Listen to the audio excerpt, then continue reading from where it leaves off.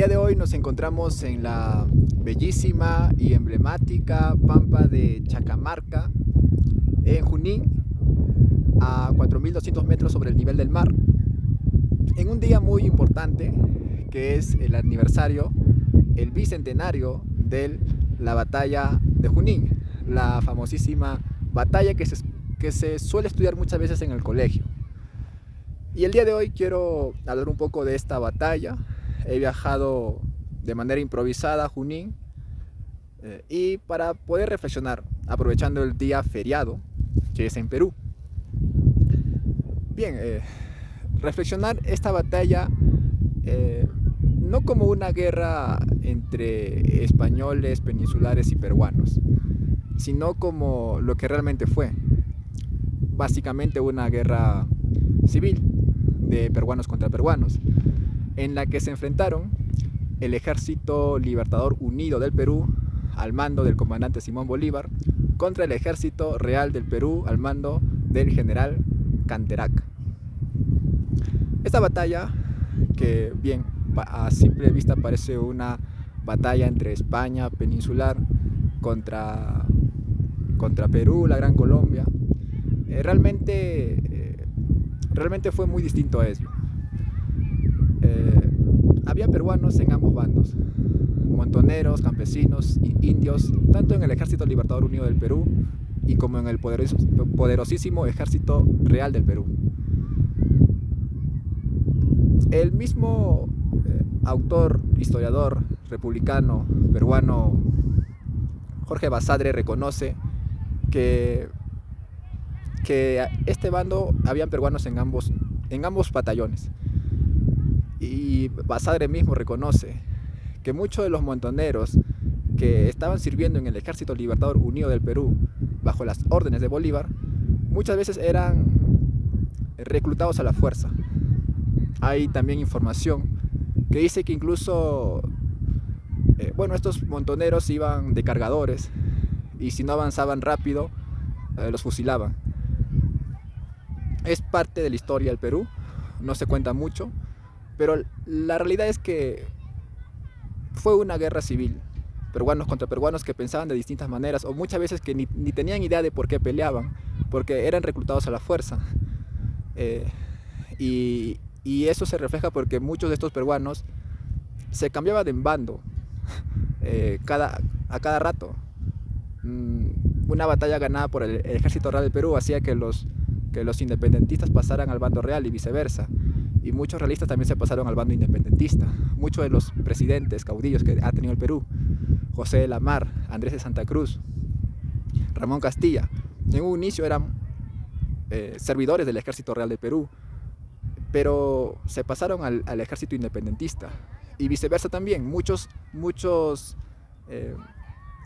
republicanos que luchaban por la independencia del Perú al final terminaron también pasándose al bando realista, como es el caso del mismo presidente José Bernardo Tagle, su viceministro, su vicepresidente, el presidente del Congreso, Pedemonte, también, cuando se pasaron al bando realista. Y es que fue una época realmente de confusión, porque los peruanos no sabían de qué peleaban. Un día podían estar en el Ejército Real del Perú, otro día estaban en el ejército bolivariano. Había mucha confusión. Fue una guerra fratricida en la que salió victorioso el ejército de Bolívar. Pero bueno, Bolívar también es parte de nuestra historia, no lo podemos negar. Pero fuera de ello, el Ejército Real del Perú y José Canterac también es parte de la historia del Perú. Y debemos recordar esta batalla como una guerra civil. Y otro detalle que quiero mencionar es que mucho se le ha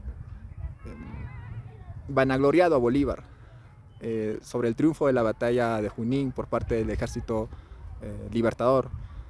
Pero lo cierto es que hay dos datos muy curiosos que no se cuenta.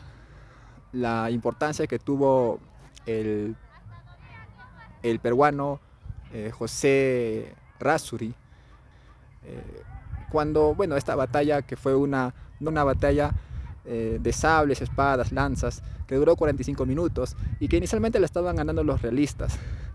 Simón Bolívar, de hecho, ya estaba alistando la retirada. Sin embargo, es gracias al peruano Errázuriz quien desobedece las órdenes y manda a contraatacar. Es por eso que se gana, más mérito por parte del peruano Errázuriz que por parte de Bolívar, quien ya estaba alistando la retirada.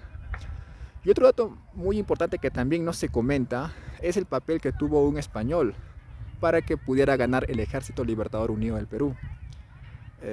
Y me refiero a Olañeta. Pedro de Olañeta fue un general español que se encontraba en Charcas, en el Alto Perú. Y hay que recordar que en esos tiempos el Ejército Real del Perú estaba dividido entre absolutistas y liberales. Pero Olañeta acusaba a la Serna de ser liberal. Así que él se rebeló en el Alto Perú. Y eso hizo que la Serna mandara un contingente de soldados al Alto Perú para poder socavar la sublevación de Olañeta. Sin este hecho, si Olañeta nunca se hubiese sublevado contra la Serna, probablemente la historia hubiese sido distinta. El Ejército Real del Perú hubiese estado completo, unido, y quizás la historia hubiese sido distinta. Ahí radica la victoria del Ejército Libertador Unido del Perú. No es tanto mérito de Bolívar, es más la división del Ejército Real del Perú, la sublevación de Olañeta y la desobediencia del peruano Errázuriz, que manda a contraatacar. Son hechos que a veces no se conocen mucho. Y bien, esto puso inicio a la República del Perú. Es parte de nuestra historia del Perú. No podemos tampoco renegar de Bolívar, porque sería caer en una mentalidad victimista, y eso no puede ser. Aceptar los hechos históricos de la manera estoica, porque si no nos estaríamos lamentando, pues de igual manera como lo hacen los indigenistas, culpando a Pizarro del desastre del Perú. O sea, Bolívar es parte de nuestra historia, la providencia quiso que sea así, pero lo que yo invito en esta ocasión es a reflexionar, que fue una guerra civil, fue propiamente una guerra civil entre peruanos, como lo fue la guerra civil de 1858, en la que peruanos se enfrentaron entre sí. Nuestros héroes, por ejemplo, recordando la guerra civil de 1858 entre liberales y conservadores, teníamos héroes tanto en el bando liberal como en el bando conservador. Francisco Bolognesi, por ejemplo, peleó en el bando liberal en la guerra civil de 1858, mientras Miguel Grau peleó en la guerra civil en el bando conservador del año 1858. Y lo mismo con Alfonso Ugarte en el bando liberal y Ricardo Palma en el bando conservador.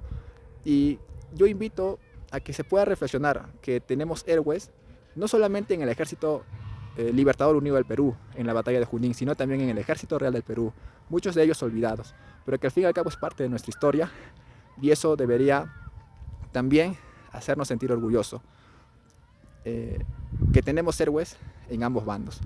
Quiero terminar con una frase de un diputado peruano del Congreso de 1823, que era un acérrimo bolivariano.